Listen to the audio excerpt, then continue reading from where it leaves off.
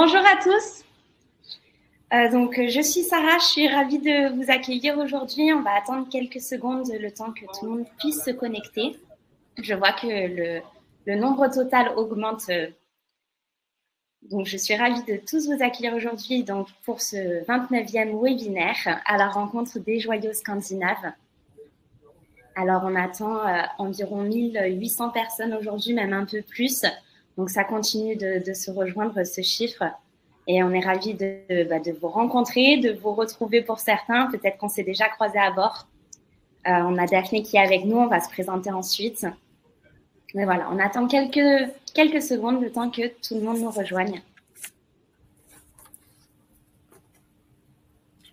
Donc, quelques éléments pour démarrer. Simplement, assurez-vous que le son de votre ordinateur il est bien activé, que vous entendiez bien toutes nos informations. Vous pouvez également poser vos questions. On a une barre de chat qui est située à droite de votre écran. On va tenter d'y répondre en direct. On a vraiment une équipe dédiée pour cela. Nos équipes de réservation sont connectées. Ils retiendront certaines de vos questions pour y répondre par la suite. Donc, pas d'inquiétude. Elles sont pas effacées du chat, simplement déplacées. Et puis également, on aura une session de questions-réponses à la fin pour tenter d'y répondre. Vous allez également, ne vous inquiétez pas si jamais ça se déconnecte, l'informatique peut faire des caprices, donc n'hésitez pas à réappuyer sur le bouton rouge reconnecter qui sera en haut de votre écran à ce moment-là pour pouvoir nous rejoindre de nouveau. Nous sommes aussi soumis à ces petits caprices informatiques. On a Daphné qui est à bord d'un de nos navires en ce moment, donc c'est pas toujours évident les connexions, notamment là on est sur... elle va faire de son mieux, mais tout devrait bien se passer. Nous ne sommes pas plus inquiets, mais voilà, soyez pas surpris. Nous aussi, on est informés, on se reconnecte. Si besoin, on est avec vous. On est plusieurs. Et donc, évidemment, vous avez peut-être déjà eu l'habitude, mais il y aura un quiz pour tenter de gagner une croisière pour 2 personnes qui vous sera envoyée demain. Je rappellerai cela à la fin de cette présentation, mais soyez attentifs aux informations données afin de pouvoir tenter votre chance. Donc, je vois que le nombre continue d'augmenter. On attend encore quelques instants. Est-ce que Daphné, tu nous reçois toujours?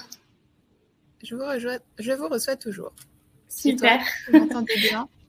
Oui, on t'entend très bien.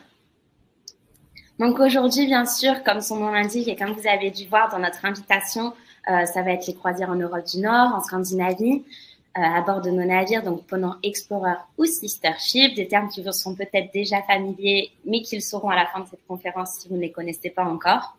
Et c'est vraiment une invitation pour vous évader vers ces sites naturels, de pouvoir observer des faunes exceptionnelles et vraiment aussi avoir ce côté culturel dans certaines villes qui sont vraiment chargées d'histoire.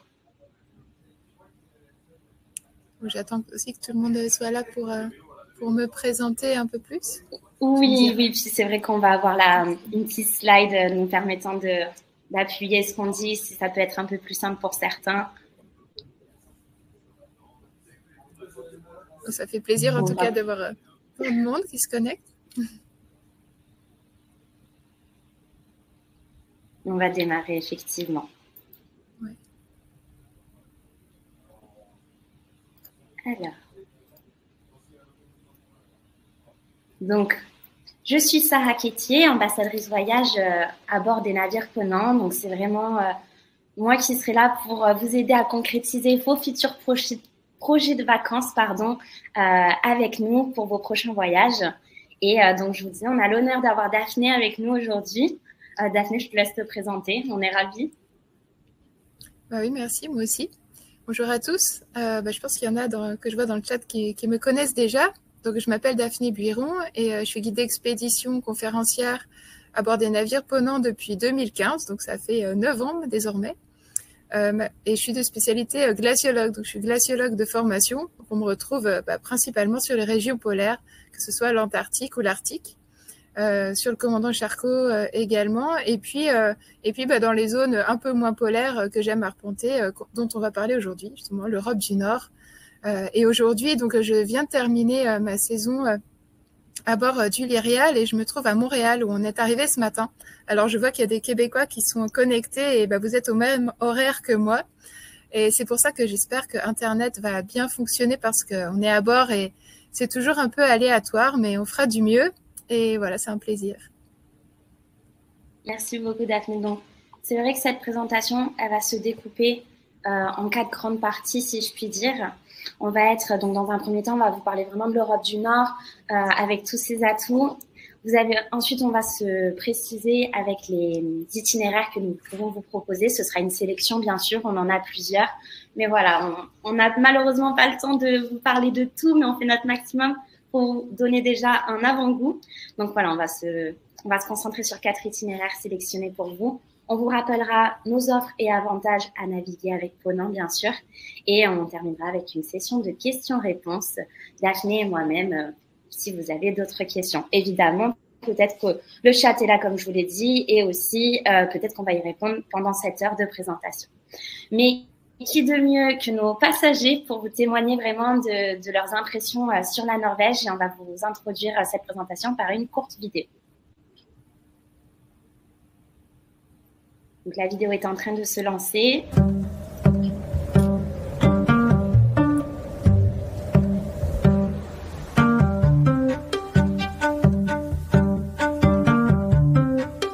On se laisse porter. Le paysage de la glace, de la neige et des fjords, c'est juste magique.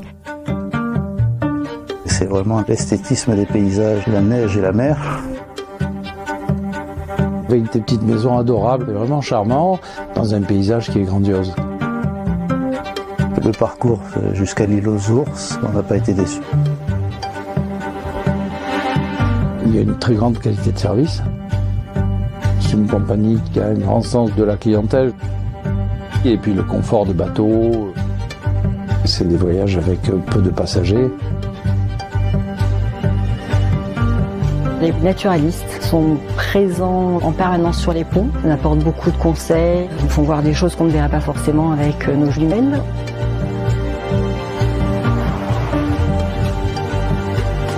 Et puis il y a quelque chose d'extraordinaire. On a eu la chance d'en voir 2 soirs de suite. C'est des aurores boréales.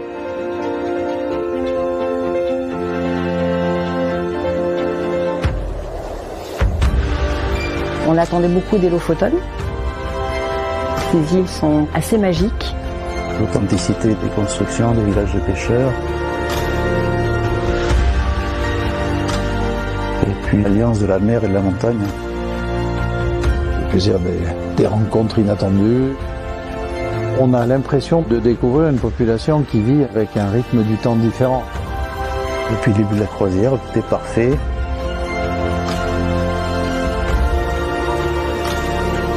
Toutes les excursions sont juste grandioses. Il manque que le Père Noël, quoi. Voilà.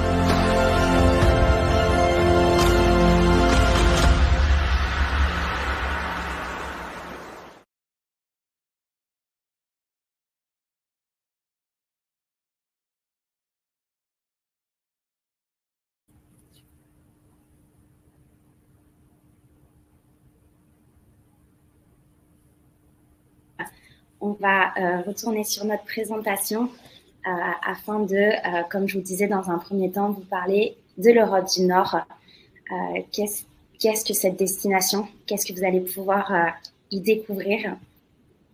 Alors, donc, il faut savoir que ce que j'aime avec cette région et nos itinéraires, c'est vrai que ça va parler de plusieurs parties. Malgré l'Europe du Nord, il y a encore des sous-parties que Daphné va vraiment vous illustrer directement en prenant support sur cette carte. Oui, parce que quand on parle Europe du Nord, c'est assez vaste et vous pouvez faire des voyages totalement différents selon où vous voulez aller. Donc là, aujourd'hui, on va vraiment englober cette partie en détaillant d'abord la partie Scandinavie, qui va être donc Norvège, Suède, Finlande, le Danemark aussi, et un peu les pays baltes du Nord, qui déjà couvrent pas mal de latitudes, et vraiment des hautes latitudes quand on monte tout au nord. Et puis la partie en plus basse latitude qui va être l'Écosse, notamment l'Écosse, l'Irlande, jusqu'aux îles Féroé. Il faut savoir qu'on englobe aussi l'Islande, même si on ne va pas spécialement en parler aujourd'hui. Donc l'Europe du Nord, voilà, ça va être assez vaste et très varié selon ces endroits, selon les latitudes et donc selon le climat. Et donc effectivement, dans ces régions, on a la chance de pouvoir combiner plusieurs centres d'intérêt. On va être à la fois sur la visite de villes avec des cultures très riches. Faut savoir que vraiment chaque capitale a ses propres aspects culturels, ses propres spécificités. On est sur des centres historiques. On a également la présence de plusieurs musées, des musées très connus avec des artistes incroyables qui y sont exposés, des galeries d'art, mais aussi simplement par les rues animées, les canaux paisibles, donc ça va être très agréable à visiter, ou encore ce contraste en termes d'architecture avec ce côté historique mais aussi futuriste. Donc on a ce côté ville, ce côté paysage, là ça va être beaucoup plus nature. On va être sur des expéditions qui va vous amener dans des endroits à couper le souffle, hors du temps, avec notamment les fjords. C'est vrai que c'est ce qui nous vient en tête premièrement pour ces régions. Donc ces fjords, c'est des bras de mer profonds et étroits qui sont vraiment entourés de montagnes escarpées. Et c'est formidable, en fait, on ressent vraiment une énergie dans ces endroits qui ont été, c'est des milliers d'années qui ont permis la forme de ces paysages et qui vous permet de découvrir ces endroits très paisibles, mais aussi l'observation de la flore et de la faune qui sera alors dans son habitat naturel dans ces endroits-là. Et enfin, au-delà des villes et des paysages, nous avons aussi des îles. C'est vrai qu'on a la chance par un navire de vous amener dans des endroits retirés, isolés, et qui vous permettent de découvrir des endroits qu'on ne pense pas en premier lieu, mais qui ont une réelle valeur ajoutée. Et donc, on a ces îles de mythes méconnus, comme l'île de Moussa, par exemple, avec son patrimoine et sa culture viking, ou encore l'île de Fula, avec ses 30 habitants et son utilisation encore actuelle du calendrier julien, qu'on vous parlera plus tard. On a aussi l'île de Lewis, avec ses sites mégalithiques mystérieux, dont on ignore encore l'origine, ou encore l'île de Gvaloya, qui est la plus septentrionale du monde. Donc voilà, comme vous le comprenez, chaque île offre vraiment une spécificité unique pour se déconnecter et avoir un voyage hors du temps.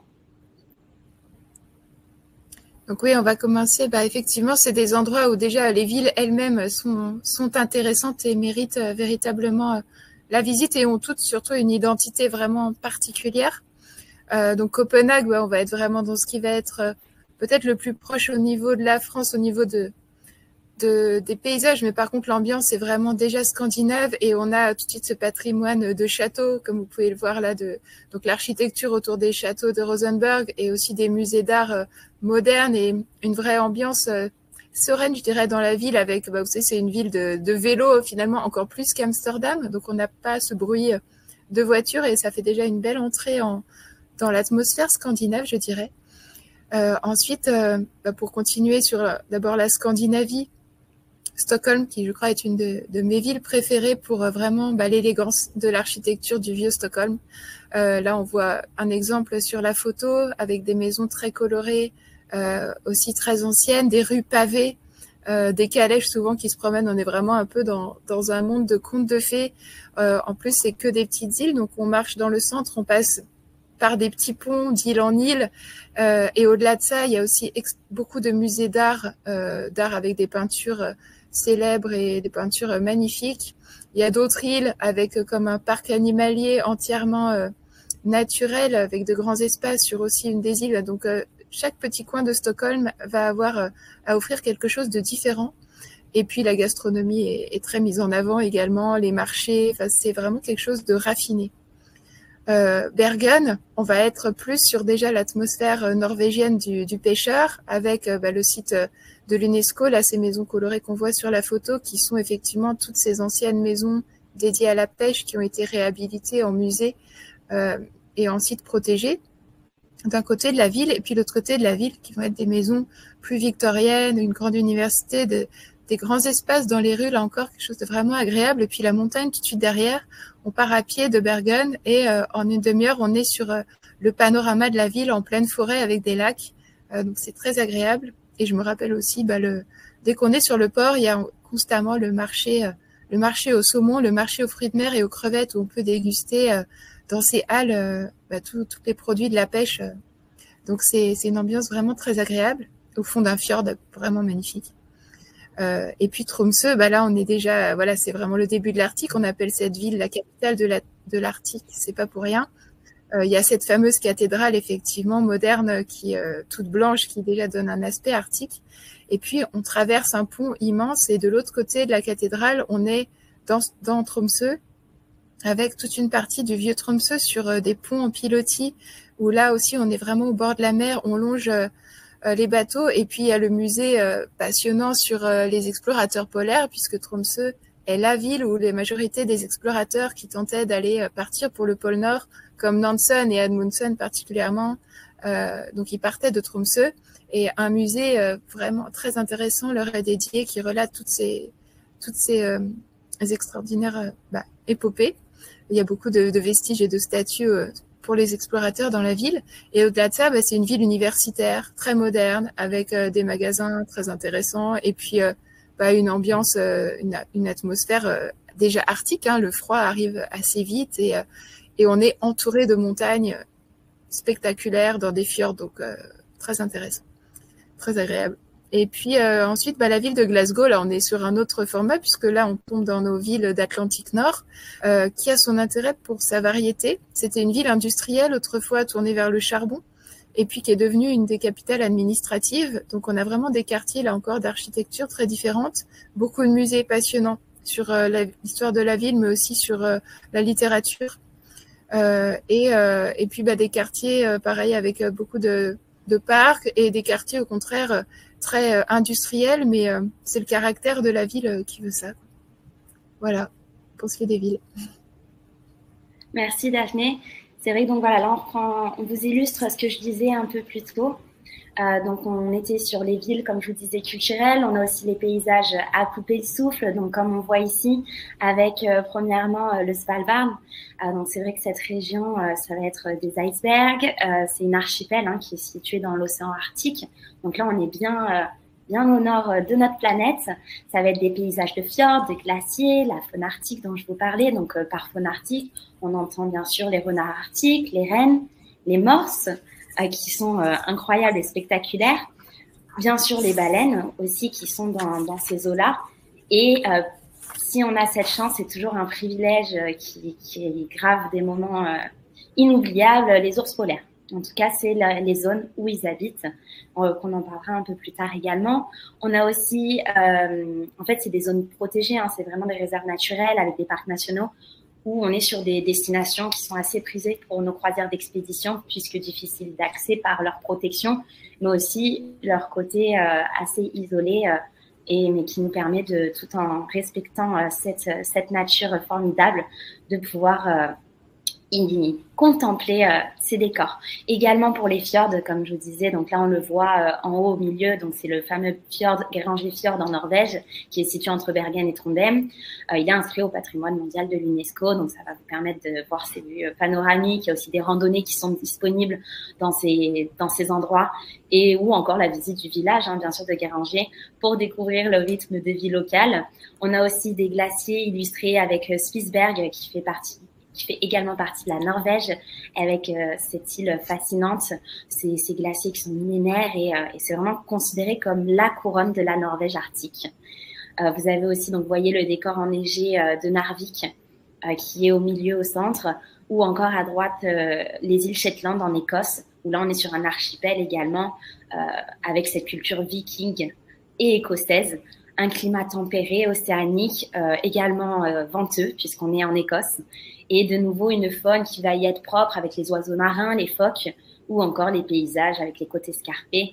Et aussi, bien sûr, les sites archéologiques qu'on peut voir dans cette région, avec ces traces de la préhistoire, à l'époque des Vikings également. Donc vraiment, comme vous le voyez, différentes couleurs, différents types de voyages, différentes expériences en ce qui concerne les paysages. Et Daphné, je te passe la parole concernant nos îles et mythes méconnus. Oui, donc les îles de l'Écosse, il y en a des milliers. L'Écosse est avant tout un pays d'îles. Il y en a des myriades, donc il y a différents archipels, comme tu disais, que ce soit les Hébrides, les Orcades et les Shetlands. Donc au cours des croisières, l'avantage, c'est qu'on va pouvoir passer d'un archipel à l'autre. Et là encore, c'est des identités totalement différentes et des paysages vraiment variés. Sur les Hébrides, des Hébrides en tout cas les plus au sud, on va être encore pas très loin de l'île de Skye, des montagnes, des Highlands, et ensuite plus on monte, comme le nord des Hébrides et ensuite comme là on voit sur la photo d'Iona, où on va avoir des îles très plates avec des eaux vraiment tropicales. Et puis sur les Shetlands, on retrouve des grandes falaises, au contraire assez impressionnantes, avec des îles volcaniques, beaucoup d'îles volcaniques, puisque toutes ces îles se sont formées il n'y a pas très longtemps de la formation, de l'ouverture de l'Atlantique Nord, et donc on est sur des basaltes très présents. Et puis surtout, comme tu disais, les sites archéologiques vikings, mais aussi de l'histoire des premiers, de l'histoire de l'Écosse, donc les rencontres des Vikings et des premiers peuples qui vivaient en Écosse. Typiquement sur Iona, on a une des plus anciennes chapelles qu'on puisse trouver, qui a été formée avec l'arrivée des Jésuites en Écosse. Mais c'est aussi un site d'une grande beauté, hein, comme on peut voir pour se promener. En général, l'Écosse est extrêmement calme, c'est grande sérénité. Ça va être des zones soit au bord des mers, soit au bord des lacs. Pour l'île de Lewis, donc là aussi on a un des sites vikings les plus réputés qu'on peut visiter, qui a été reconstitué, mais avec aussi pas mal d'outils qui ont été retrouvés. Ensuite, sur l'île de Moussa, donc là, ce que vous voyez, cette tour, on appelle ça un broc. C'est aussi une construction qui date de l'époque des Vikings. Donc, quand on parle de Vikings, on est autour de l'an 1000. Donc, c'est vraiment extrêmement ancien. Et c'est une des tours les mieux conservées au monde, qu'on a la chance de pouvoir visiter et approcher. L'île de Moule, donc là on voit une vue sur une mer d'huile, et c'est vraiment le souvenir que j'en ai quand on arrive à cette Aubernori, la capitale de l'île de Moule. C'est une île très grande, qui est vraiment une île de promenade, de randonnée, avec des forêts, beaucoup de calme, et cette ville de Tauberneri qui est extrêmement colorée, comme on voit des fois en Écosse, tout au long de l'eau, des maisons de toutes les couleurs, avec des usines notamment pour le whisky, pas mal de patrimoine au niveau de tournée vers la nourriture, que ce soit la pêche, le whisky, les confitures, et des artistes aussi. Et puis des promenades vers les phares souvent. En général, quand on va en Écosse et qu'on aime beaucoup les phares, j'aime bien les phares. Et puis là encore sur l'île de Sebjörn, avec un grand patrimoine plutôt marin, tourné autour de la pêche. À chaque fois, il y a toujours des petits musées. En général, on est accueillis à la cornemuse sur le port. C'est une tradition en Écosse d'avoir quelqu'un en kit avec une cornemuse qui vous accueille tous les matins, ce qui ajoute beaucoup aussi à l'immersion. Et c'est vrai que l'Écosse a sa propre culture et on en ressort que ravis.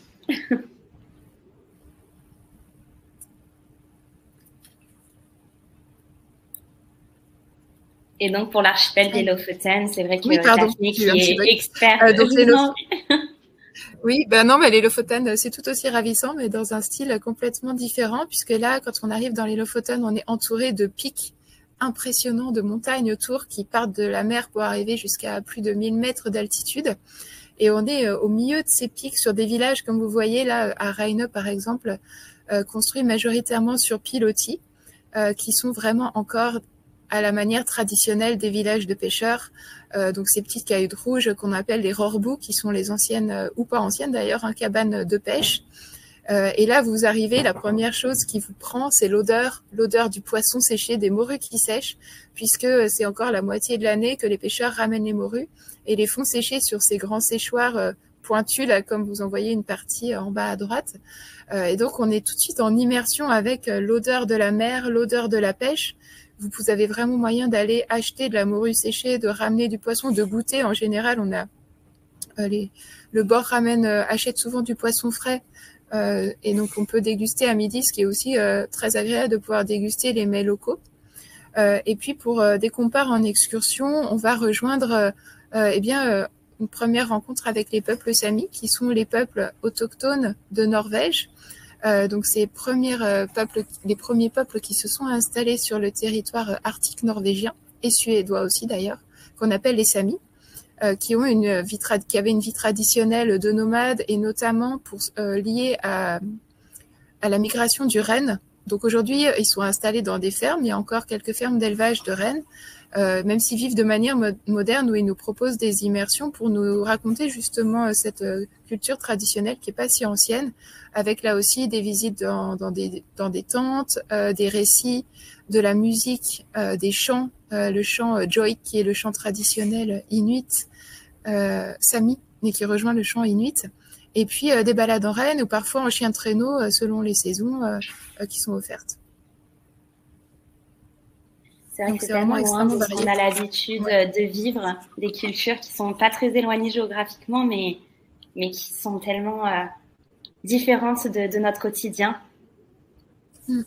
Et des paysages dans les îles Lofoten, c'est vraiment somptueux. Et dès qu'il y a du soleil, les eaux sont transparentes, c'est pareil, on se croirait sous les tropiques, c'est des eaux vraiment turquoises.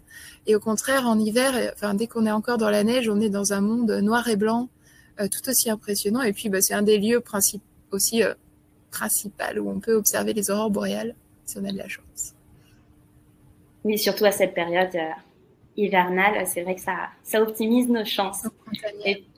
Et donc, pour aller dans ces endroits, c'est vrai que nous, on a des formats de croisière expédition qui nous permettent d'aller au plus près, d'aller dans ces endroits étroits, de pouvoir rejoindre ces destinations de rêve. Et donc, pour cela, on a 2 types de navires qui vous y amènent. On a nos Ponant Explorer et nos Sister Ships. Donc, je vais commencer par vous parler du Ponant Explorer que vous voyez en photo déjà ici. Donc, comme vous voyez, ça reste des navires à taille humaine. Hein, vraiment, Ponant, ça fait partie de notre ADN. On veut cette convivialité à bord. On veut cette proximité entre justement vous et nos équipes d'experts comme Daphné, nos équipes de guides naturalistes également qui sont là pour répondre à vos questions, pour mettre en lumière ce qui se passe autour de vous. Et pour ce confort à bord, vous allez avoir différents points pour profiter de ces destinations, donc notamment le salon de l'observatoire que vous voyez en photo au centre, qui lui va être au pont 6 pour vous permettre un temps calme ou l'apéritif. Vous avez également notre salon sous-marin. Vous avez bien entendu, c'est un salon qui est sous l'eau, qu'on appelle le Blue Eye. Je vous invite à retenir ce nom, ça peut vous être utile plus tard. Donc, c'est vraiment un bar où vous allez pouvoir profiter d'un verre. Vous allez aussi pouvoir avoir parfois des interventions, des présentations ou encore des live musique. Donc, c'est vraiment un endroit de vie qui est très agréable où j'ai même pu voir à bord, parfois, on organisait des méditations. Donc, c'est vraiment très paisible et superbe comme lieu, assez insolite. Vous avez aussi le pont piscine avec sa vue panoramique que vous voyez en photo à droite de cette slide, où vous avez encore nos cabines. Donc là, c'est vrai qu'on vous a présenté la suite grande de luxe. Donc cette suite vous permet un embarquement prioritaire, vous permet également un service de majordome, ainsi qu'une terrasse privée de 32 mètres carrés avec 2 transats, table pour 4 personnes. Donc, ça vous permet vraiment de profiter davantage à bord également, au sein d'avoir votre confort tout en étant dans ces endroits retirés. Et nous avons aussi donc nos Sister Ships. Donc, Daphné qui est actuellement sur un de ces Sister Ships et que je passe la parole, que je compléterai. Je t'en prie. Oui, donc les Sister Ships, moi je pense qu'il y en a qui les connaissent déjà. Donc ils sont au nombre de 4, le Lyrial, le Boréal, le Soléal et l'Austral. Donc ce sont des bateaux similaires qui ont été construits pratiquement en même temps, qui ressemblent donc à la photo que vous avez. En général, on n'a rarement pas plus de 200 passagers à bord. Donc il y a un vrai espace pour l'observation. Ce sont des bateaux où il y a 7 ponts. Et ce qui peut vous intéresser, ça va être avant tout au pont 6, qu'on appelle l'observatoire, qui se trouve à l'avant du bateau, juste au-dessus de la passerelle, qui a un espace de salon avec un bar, mais qui est entièrement vitré et qui permet l'accès, quand on sort depuis l'observatoire, d'être directement sur le pont extérieur à l'avant du bateau pour pouvoir observer la faune ou les paysages dans lesquels on est en train de naviguer. Donc c'est vraiment l'espace observation par excellence. De même qu'au pont 6 également, c'est là où on trouve le premier restaurant, donc celui qui est le plus décontracté, qui se trouve à l'arrière du bateau, où c'est un espace en général de buffet. Mais il y a possibilité de manger donc à l'arrière du bateau, à l'intérieur ou à l'extérieur. Et quand vous êtes à l'extérieur, déjà vous êtes autour de la piscine, donc il y a une piscine qui est chauffée et qui est disponible. Et c'est un grand espace extérieur qui permet donc d'avoir aussi accès à une grande visibilité au niveau de la faune. Je vous demande juste une minute, il y a une visite justement du restaurant en même temps où je me suis installée aujourd'hui pour vous parler. Je vais voir si c'est possible de voir combien de temps ça dure. Je prends le relais. Ça ne doit pas vous déranger trop. Je pense que ça ne fait pas trop de bruit. Je vais juste continuer. Vous me dites si ça dérange. Et puis ensuite, donc... non, ça va. Et donc sur ces navires, je sais, il y a un deuxième restaurant qui est le restaurant gastronomique qui lui se trouve au pont 2, donc au contraire tout en bas du bateau, où on peut avoir plus de 260 personnes. Donc tout le monde en fait a possibilité de venir manger en même temps au restaurant s'il en a envie. Il y a aussi un bar, donc un grand main lounge, comme on dit, le grand salon, qui est vraiment vaste, avec un bar ouvert en continu. Et puis des balcons donc dans vos cabines et quelques balcons latéraux où vous pouvez aussi observer dehors. Donc c'est un bel espace. Au niveau des cabines, je sais qu'il y a aussi donc les cabines qui sont communes et puis quelques cabines aussi de luxe avec des lits plus grands, des lits king side, une salle de bain plus vaste avec douche, un balcon qui va faire 4 mètres carrés, qui est un peu plus grand que les autres balcons, avec une vitre un peu plus large aussi au niveau des prestations. Voilà, en tout cas, je peux vous dire que c'est des bateaux qui sont beaucoup appréciés, qui permettent les débarquements en Zodiac également pour les croisières qui vont être expéditions, ou qui permettent les débarquements en chaloupe pour quand on fait des excursions dans les ports. Voilà. Merci beaucoup, Daphné. Donc maintenant, on va vous parler des itinéraires principalement. On en a sélectionné quelques-uns. Je me répète, on en a d'autres. Donc, si c'est vraiment des destinations qui vous plaisent, n'hésitez pas à ensuite aller sur notre site. Mais voilà, aujourd'hui, on en a sélectionné certains, puisqu'on ne pouvait pas tous les dire, mais c'est pas l'envie qui nous manque. Donc, pour commencer, à bord du Boréal, donc un sister ship que Daphné vient de nous parler, on est sur un départ en mai, fin mai, le 29 mai exactement. C'est un départ à Glasgow qui se terminera à Bergen. On est sur une croisière de 8 jours, 7 nuits à bord. C'est à partir donc de 3 980 € par personne pour ce départ. On l'a prénommé de l'Atlantique à la mer du Nord avec patrimoine et paysage. C'est vrai que cet itinéraire, c'est une croisière d'expédition. Donc, on est sur des débarquements en Zodiac avec nos guides naturalistes. Ça va vous permettre de combiner à la fois le cœur néolithique des Orcades, patrimoine mondial de l'UNESCO, inscrit bien sûr. Vous avez les îles Shetland qu'on vous a présentées un peu plus tôt. On a les navigations pittoresques dans le Loch Lynn. Vous avez aussi les paysages avec les côtes, les vallées verdoyantes, les falaises que vous pourrez voir ici. On a aussi la faune qui va être présente avec les moutons, les cerfs et lafes, les écureuils roux, mais aussi des loutres, des phoques, des aigles royaux. C'est vrai qu'on pense souvent à terre, mais on a aussi tout ce qui est animaux marins. On a également les macareux, je sais qu'ils sont très prisés et ils sont effectivement super mignons. C'est génial de pouvoir les observer. Ou encore les fulmars boréaux. Donc, pour cet itinéraire, voici quelques images pour vous montrer ce que vous allez pouvoir voir. Donc, l'embarquement est à Glasgow. Donc, ça reste une ville européenne assez renommée. Ça vous permet de visiter des musées, des galeries d'art. C'est vraiment l'endroit où vous embarquez. Donc, moi, je recommande toujours, si vous avez le temps et l'opportunité de venir quelques jours avant, on a des programmes aussi qui peuvent vous encadrer pour optimiser votre expérience.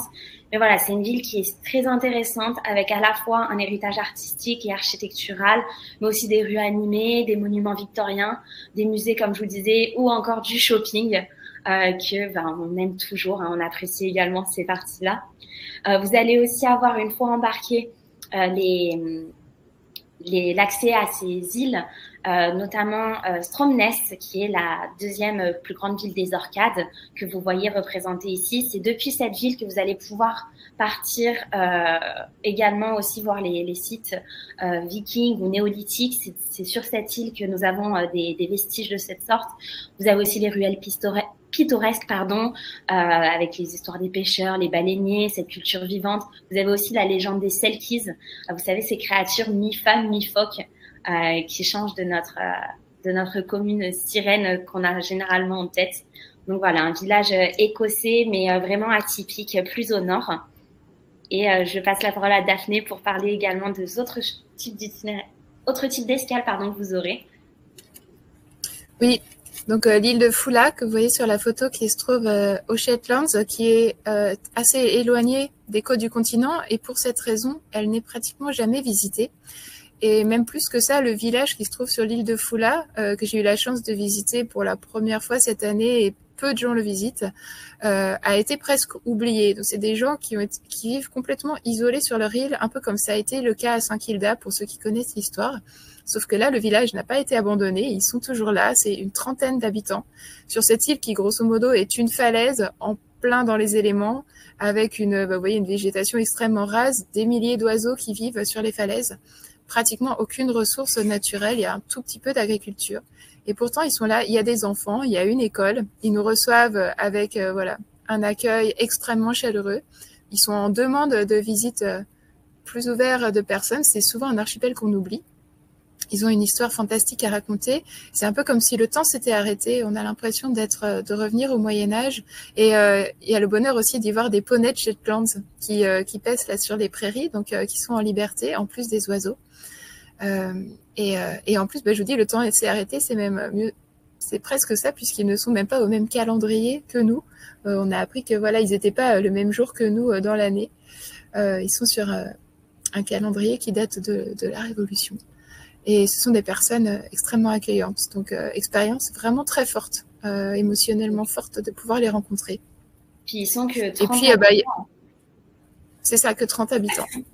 Ça tourne un petit peu, mais en tout cas, ils nous attendent. Ils ont dit qu'il fallait revenir, qu'ils voulaient voir du monde l'année prochaine. Donc, on compte sur vous pour aller les voir. Et puis, je vous parlais des poneys de Shetlands. Donc, effectivement, ça va être une des faunes terrestres qu'on va trouver dans les Shetlands. Mais celle que vous connaissez le mieux en général, c'est les moutons. Et pour le coup, on ne peut pas passer à côté puisqu'ils sont beaucoup plus nombreux en Écosse et surtout sur les îles que les habitants eux-mêmes. Et ils sont réputés pour leur laine extrêmement chaude dont on trouve tous les pulls, les écharpes traditionnelles écossais. Et puis là, voilà une photo de la ville de Bergen, je vous en parlais tout à l'heure. Donc là, c'est les maisons du site de l'UNESCO sur toutes ces anciennes maisons en bois de pêcheurs extrêmement bien conservées au niveau du port avec les montagnes derrière. Donc là, on est sur un thème village de pêcheurs norvégien traditionnel. Et on va vous introduire pour vous parler de la Norvège, vraiment vous illustrer tout ce qu'on va pouvoir vous parler ensuite. Donc, nous lançons la vidéo.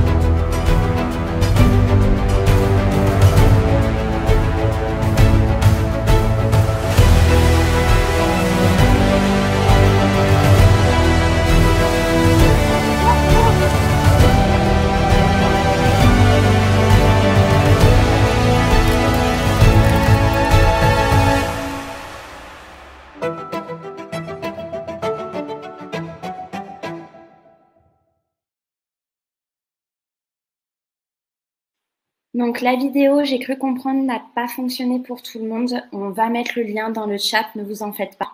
Et puis vous pouvez les voir aussi sur notre chaîne YouTube. Donc on repasse à la présentation afin de vous parler des autres itinéraires. Donc il y a un second itinéraire qu'on voulait vous parler qui reprend également l'Écosse et la Norvège, mais avec d'autres escales, qui est donc de l'Écosse au Spitsberg. Ce sera à bord du Lyrial, cette fois-ci un sister ship également. Donc ça démarre à Glasgow, vous embarquez dans cette capitale facile d'accès par vol et vous débarquez à Longyearbyen au Spitsberg et le vol pour retourner à Paris est inclus. Donc cette croisière est à partir de 9 325 € par personne. C'est un départ fin mai également et nous sommes sur un peu plus long puisque nous sommes à 14 jours et 13 nuits à bord. Donc cette croisière, ça va être également la découverte des archipels découverts tels que les Hébrides, Shetland, Lofoten et Svalbard.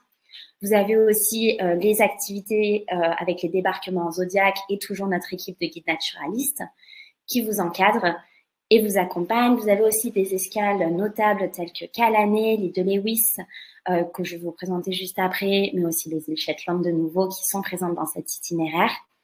Vous avez ce fameux passage du cercle polaire arctique qui n'est pas des moindres, avec ces paysages qui y accompagnent, les fjords de nouveau, les icebergs, les calottes glaciaires, les glaciers, ou encore la faune qui y est liée avec les renards arctiques, les rennes du Svalbard, mais encore les morses, les macareux que je vous disais, et la possibilité d'apercevoir les ours polaires.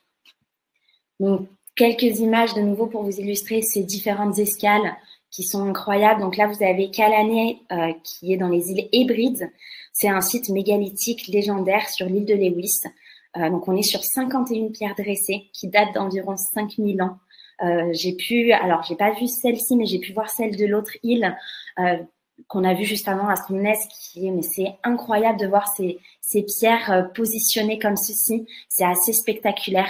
Et puis, avec tout le mythe qu'il y a autour, c'est vrai que ça attire l'attention. On ne sait toujours pas ses fonctions, si c'est un lieu de dévotion, un calendrier lunaire, un observatoire ou encore un centre de soins.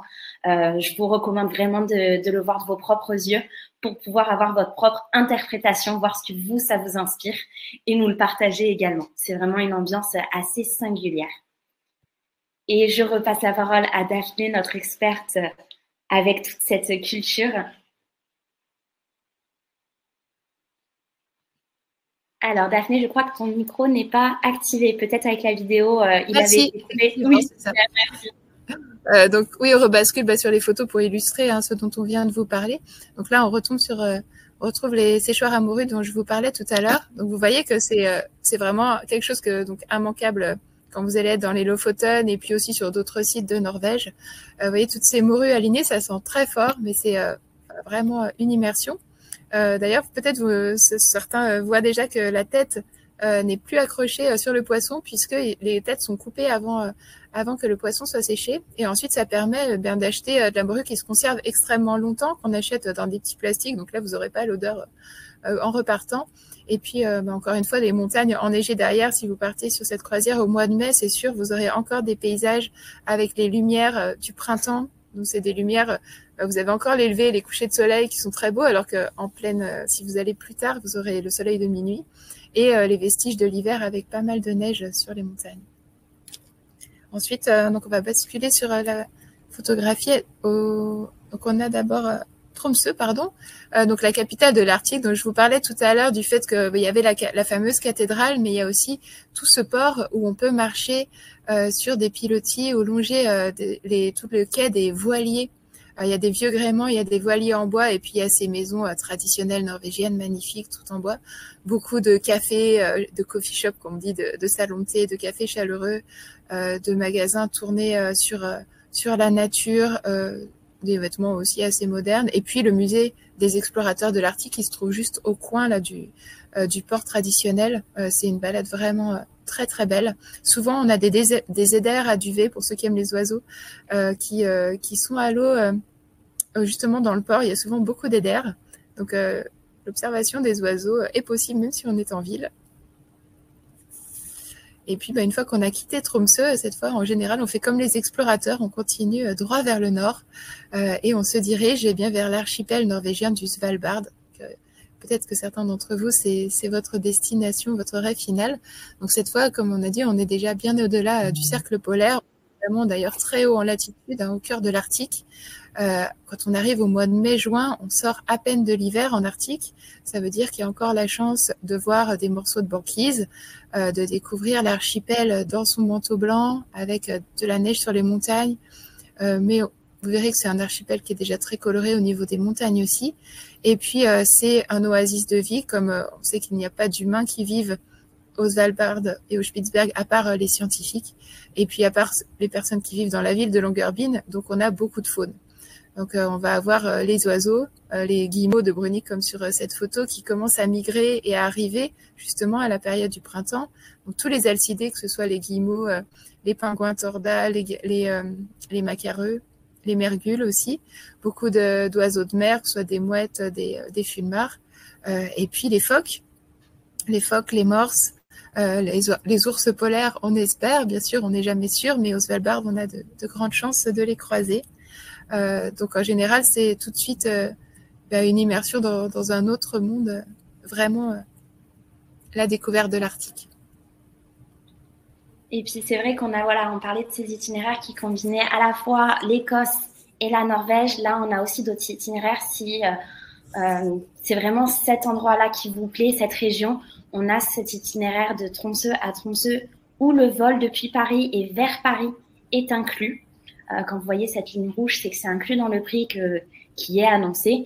Et ça vous permet de vraiment profiter de cette région pleinement dans le cadre de cette croisière de Tromsø à Tromsø avec un invité d'honneur suivant quelle date vous sélectionnez. On aura Christian Macarian.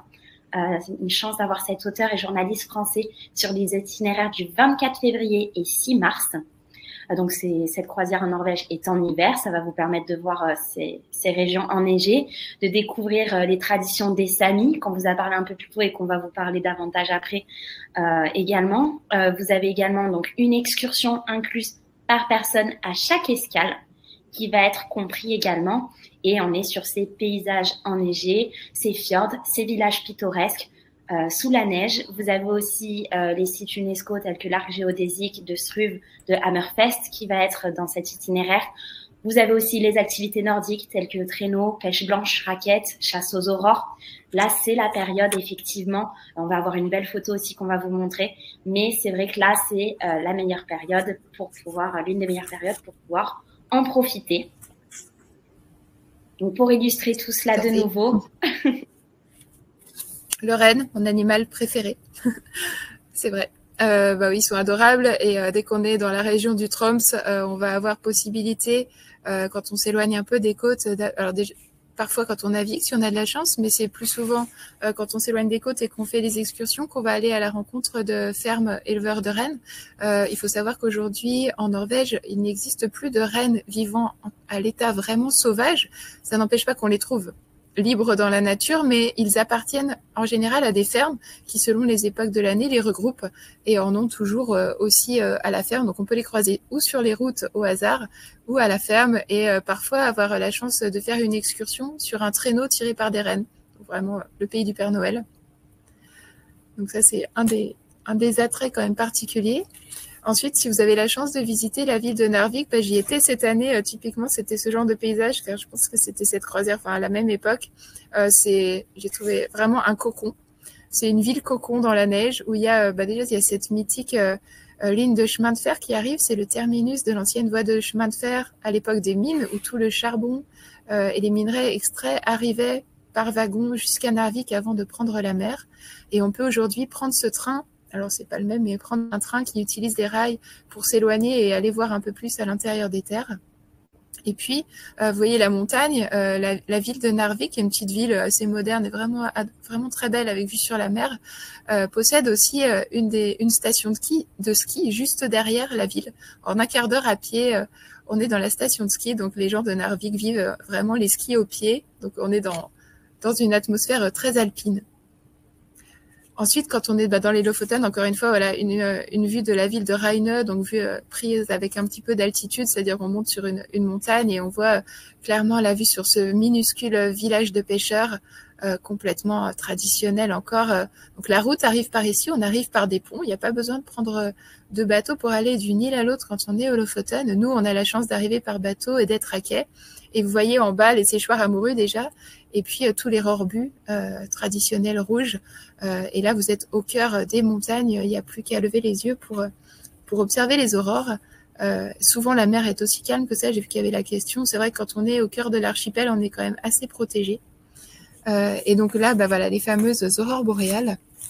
Donc au mois d'avril, de mai, jusqu'à début mai, fin avril, vous aurez encore vraiment la possibilité d'observer de belles aurores.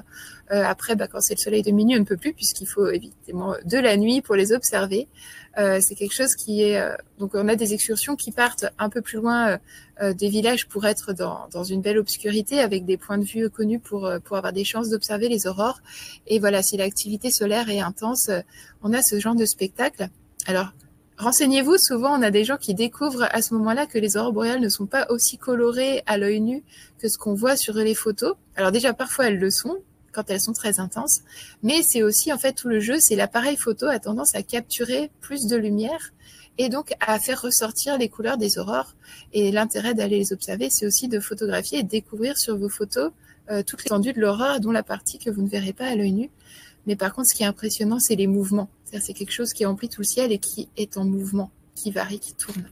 Donc c'est vraiment une des choses impressionnantes à observer dans les phénomènes naturels. Et puis à chaque fois, vous aurez des sorties avec des chiens de traîneau. Donc tant qu'il y a de la neige, il y a les sorties chiens de traîneau. Donc on est sur des petites sorties d'1 heure en général avec des mushers professionnels qui vous expliquent le fonctionnement, qui vous présentent leurs chiens. Et puis qui font faire un tour d'1 demi-heure à 1 heure selon les excursions. En général, c'est dans la forêt ou alors sur de la glace des lacs sur la neige. Donc toujours très agréable de pouvoir aller à la rencontre, de poser les questions sur la vie de ces chiens. Voilà, qui sont toujours utilisés aujourd'hui puisque c'est un des moyens de transport les plus pratiques en hiver dans les pays nordiques. Voilà, je pense que j'ai fait le tour déjà au niveau des différentes excursions. Oui, c'est super. Et puis, puisqu'avec Pona, on veut toujours vous proposer les meilleures expériences, c'est vrai qu'il y a tellement de choses à voir dans cette région qu'on a encore d'autres itinéraires. On a notamment celui-ci avec son départ à Tromsø, avec le vol depuis Paris inclus également, mais qui va redescendre jusqu'à Copenhague, peut-être plus accessible pour vous, et qui vous apporte de nouveau le même type d'expérience. Vous allez le voir par nos illustrations. Vous avez également ces rencontres avec les Kansami, mais vous avez aussi les fjords qui va vous permettre de pouvoir aller dans ce fameux fjord de Geirange, de Briggen à Bergen.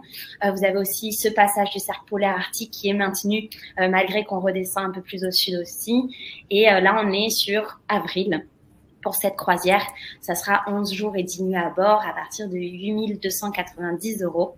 Et pour celui-ci, ce sera à bord d'un Ponant Explorer, le Champlain, que vous pourrez parcourir ces différents endroits. C'est vrai qu'on va retrouver la tradition dans un Kansami à Alta que Daphné va nous mentionner. Et puis aussi, il y a une vidéo qui va la présenter. Je t'en prie, Daphné, si tu veux rajouter quelques mots avant la vidéo.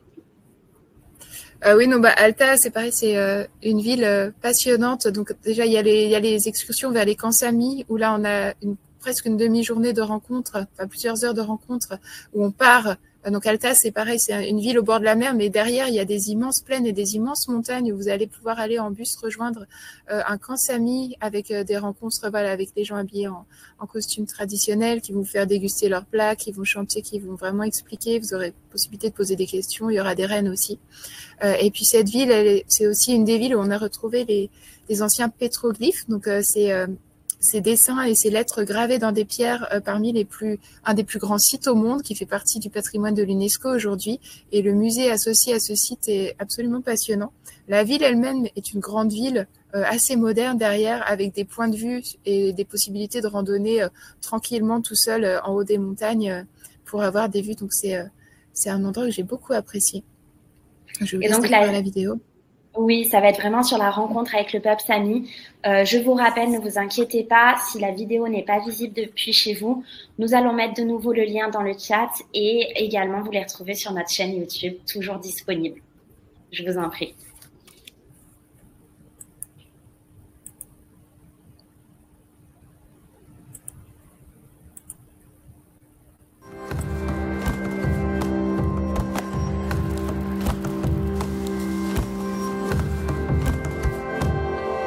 My name is Risten.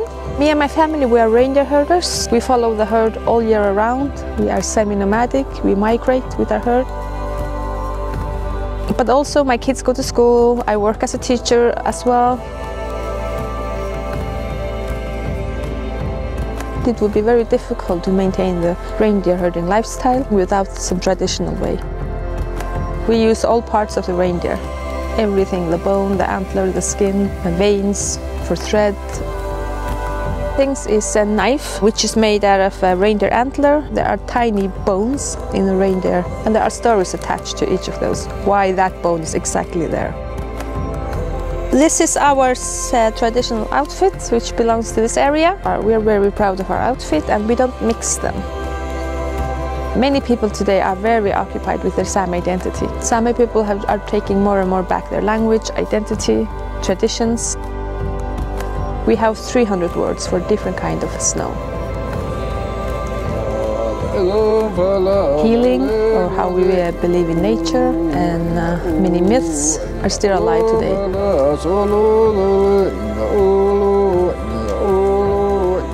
Sami people don't believe they are above nature or animals. You're equal wherever you're staying. You always ask for permission.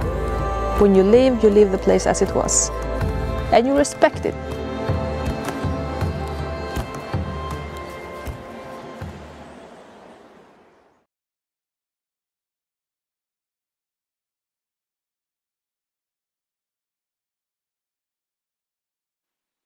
Excusez-moi, je ne sais pas si vous m'entendez, j'ai vu qu'il y avait eu un petit bug informatique, donc comme je vous disais, la vidéo est disponible, ne vous en faites pas depuis YouTube ou dans le lien qu'on vous a mis dans le chat.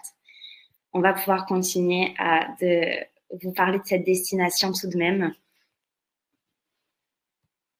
Donc, et c'est vrai qu'on va enchaîner avec la maison, le train arctique, pardon. Daphné, excuse-moi, je t'en prie. Alors, Daphné, de nouveau, je pense que ton micro est coupé. Je te remercie. Oui, il ne faut plus que je le coupe. Donc, c'est le train que je mentionnais tout à l'heure, qui va être au départ de Narvik, qui utilise les anciennes voies, donc de voies de chemin de fer des mines, et qui va permettre de s'enfoncer un peu plus dans la nature, dans le territoire, pour observer les paysages de la Norvège du Nord, avec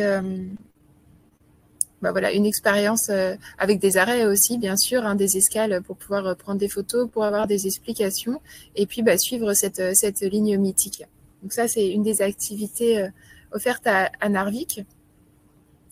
Et puis pour ceux qui veulent rester au bord de mer, eh bien, encore une fois, toujours dans cette destination, on retrouve de toute façon nos villages de pêcheurs, que ce soit dans les Lofoten ou toute la côte norvégienne, avec ses rebuts traditionnels. Là, vous voyez les ponts qui relient les îles des Lofoten, les dégustations de poissons toujours, les dégustations aussi de possibilités d'autres nourritures, de visiter certains des rebuts, d'aller passer sous les séchoirs à poissons, faire des photos, d'aller rencontrer les pêcheurs. Et puis, encore une fois, les lumières que vous avez là qui sont vraiment typiques du Nord et qui sont majestueuses. Et puis, je parlais de majestueux. Voilà, le fjord de Garanger. Je pense que pour ceux qui connaissent pas encore, je pense que j'espère que vous serez aussi séduits que moi. J'y suis allée plusieurs fois et à chaque fois, je suis toujours aussi impressionnée par cette beauté. Donc, c'est un des plus longs et des plus hauts fjords au monde, le fjord de Garanger. Donc, cette vallée marine créée par les glaciers. Et donc, le navire va naviguer jusqu'au fond. Donc, il va remonter entièrement le fjord de Garanger jusqu'à arriver. Donc, on est entouré de cascades gigantesques qui découlent des lacs et de la fonte des neiges qui se trouve au-dessus de nous. On longe des falaises à pic avec des belles forêts. C'est vraiment extrêmement sauvage. Et quand on arrive au fond du fjord, eh bien, on a le petit village de Garanger. Et là, on va pouvoir partir en excursion pour aller notamment prendre de la hauteur pour avoir des points de vue sur ce fjord gigantesque. Et puis, il y a aussi des visites de fermes, je crois, gastronomiques et un musée, un site d'interprétation de l'endroit. Donc, c'est un de mes endroits favoris en Norvège, je dois dire que c'est spectaculaire. Et puis, pour revenir ensuite à nos retours, un retour en civilisation en douceur. Je pense que la ville de Copenhague est parfaite pour ça.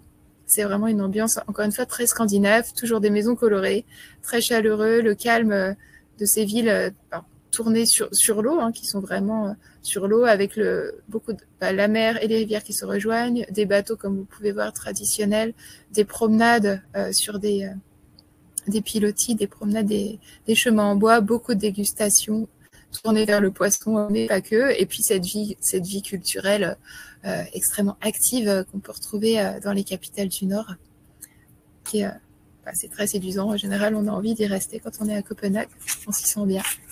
C'est vrai que c'est assez impressionnant d'avoir justement de passer de ces fjords majestueux en une nuit et de nouveau à Copenhague. On est sur des villes qui sont très proches de la nature, des destinations où tout se rassemble, tout est parfaitement combiné et vous permet des expériences uniques. Alors, effectivement, je vois l'heure. Il nous reste plus, on a pu au moins vous parler des différents itinéraires. Là, je vais survoler les offres et avantages Ponant. Et ensuite, on aura quand même une courte session de questions-réponses. De nouveau, on s'excuse pour les vidéos que vous allez avoir accès. Mais c'est vrai que l'informatique, c'est superbe tant que ça marche complètement. Et là, on a été un petit peu pris de court. Excusez-nous de nouveau. En ce qui concerne donc les offres et avantages Ponant, Donc, en naviguant avec nous, c'est vrai que ça vous permet plusieurs avantages. Nous avons notre club, le Ponant Yacht Club, qui vous permet des avantages et services privilégiés qui sont réservés à nos clients fidèles. En fait, on tient vraiment à prendre soin de vous et vous remercier. Ce club, vous pouvez le joindre dès la 2e croisière confirmée. Donc, c'est pas négligeable. Ça vous permet des remises supplémentaires, des avantages à bord, différentes avantages qu'on pourra vous rappeler. Vous avez aussi l'offre de parrainage que je voulais vous signaler. Donc, en fait, c'est pour les parrains et filleuls, vous bénéficiez tous les deux de 500 € de réduction par cabine. Donc, ça vous permet une remise supplémentaire qui n'est pas négligeable et qui fait toujours très plaisir, pardon. Vous avez également le supplément single offert que je voulais vous parler. Donc, en fait, on a chez Ponant une sélection de plus de 100 croisières qui vous permet d'y profiter sans avoir ce supplément qui est souvent fréquent dans le monde de la croisière. Donc là, non, vous réglerez uniquement votre part et vous n'aurez pas de supplément sur cette sélection de croisières et plus de 100 départs. Donc, ça vous laisse du choix et on est ravis de pouvoir vous accueillir et vous faire profiter sans qu'il y ait de frustration en termes de prix. Si vous avez des questions et vous souhaitez nous contacter, nous sommes là avec plaisir. Vous avez donc pour vous, passagers, suivant où vous résidez, différents numéros à joindre qui vous sont indiqués ici. Vous avez également vos agences de voyage si vous passez par agence. C'est avec plaisir. Nous, on désire avant tout votre confort pour vos réservations. Il n'y a pas de différence. Vous vous référez à vos agences de voyage, et si vos agences de voyage ont des questions, vous avez ici les agences de voyage, les numéros pour nous contacter afin d'y répondre, que vous puissiez renseigner au mieux vos clients. Donc voilà, on travaille ensemble.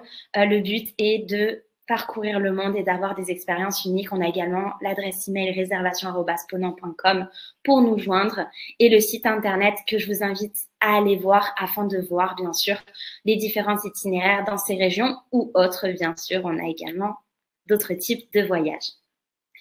En ce qui concerne aussi là où vous pouvez retrouver des illustrations comme on vous a montré, on est présent sur Instagram, on est présent sur Facebook, on est présent sur YouTube. Donc sur Instagram, ça va être des courtes vidéos, des photos, des partages. Sur Facebook, on a également un groupe Facebook pour nos membres du Ponant Yacht Club.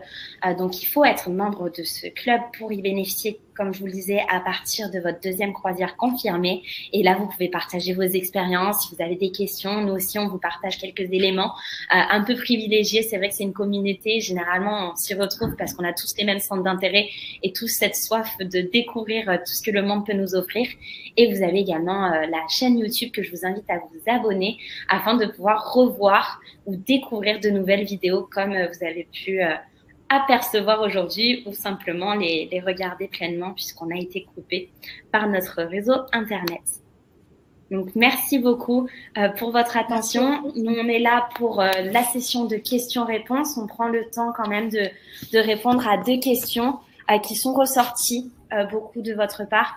Donc, première question, c'est vrai que, évidemment, on les veut toutes, les aurores boréales. Beaucoup, vous nous demandez quelle est la saison. Alors, moi, je souhaitais ajouter que j'ai pu m'apercevoir, puisque je l'ai recherché également, évidemment, que cette année, on est sur le 11e cycle solaire. Donc, en fait, cette période de l'année, cette année, entre novembre et mars, même septembre, dès septembre, vous pouvez les apercevoir. Et d'où le fait qu'en ce moment, on les voit. Vous avez, parfois, suivant où vous êtes, vous avez ce pic qui permet d'optimiser ses chances. Donc, je vous recommande cette année, ça va vraiment multiplier vos chances. Évidemment, c'est toujours difficile, on ne peut pas le garantir, c'est des conditions météorologiques, donc ça ne dépend pas de nous. Mais on vous amène au meilleur endroit, comme on peut, vraiment, on essaye d'optimiser tous les facteurs dont on a accès pour vous permettre cet accès. Daphné, si tu as des informations à rajouter pour ces aurores boréales. Oui, tout à fait. Là, vous êtes rendu compte qu'on a pu voir depuis 1 an et demi des aurores boréales jusqu'en Écosse, jusqu'en France même, ce qui est extrêmement rare. Et ça correspond au sommet d'un cycle qui arrive tous les 11 ans d'activité solaire intense qui permet que les aurores soient particulièrement visibles et intenses et même qu'elles descendent de plus bas en latitude. Et ça risque de finir bientôt, mais cette année, on devrait encore être effectivement dans une période bien active, ce qui multiplie les chances d'avoir des aurores et encore plus effectivement quand on va dans le nord. Donc l'important pour les aurores boréales, c'est avant tout simplement qu'il fasse nuit. À partir du moment où il fait nuit, si l'activité est propice, vous verrez des aurores. Et la deuxième chose, c'est l'activité solaire. Ça, on le contrôle pas. Et puis la couverture nuageuse.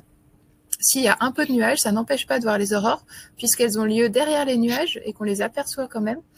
C'est sûr que si le ciel est complètement couvert et qu'il pleut, là, ça risque d'être un peu moins possible, mais ça, c'est des choses qu'on ne contrôle pas. En revanche, vous pouvez être certain que la nuit, la passerelle veille et que s'il y a des aurores qui débutent, que ce soit à 20h, à 22h ou à minuit, vous serez réveillé par le commandant pour que justement tout le monde ait la chance d'aller voir, de se lever, d'aller voir. Ensuite, il y a aussi en général les photographes qui sont très bons conseils pour vous aider si vous voulez essayer de les prendre en photo. Nous, on est souvent avec vous sur le pont parce qu'on ne veut pas les louper non plus. Et puis toutes les excursions qui partent pour aller voir les aurores qui s'éloignent du bateau et de la ville sont aussi réalisées dans des lieux où on n'est pas entouré d'arbres, où on n'est pas entouré d'une ville où les lumières vont le déranger. Donc on est au top de l'endroit pour les observer. Et ensuite, il reste plus qu'à avoir de la chance.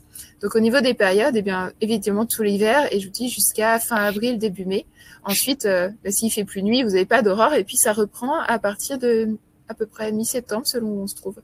Dès que la nuit revient, vous revoyez des aurores. Voilà. Merci beaucoup Daphné. J'ai une deuxième question que je vais me permettre de répondre directement concernant une journée type à bord. Vous vous interrogez sur comment ça se passe.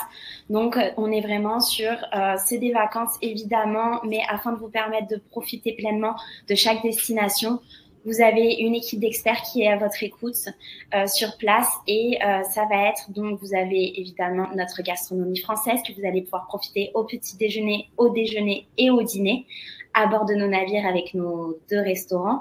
Vous avez aussi donc les excursions qui peuvent se dessiner soit le matin, soit l'après-midi ou les deux parfois.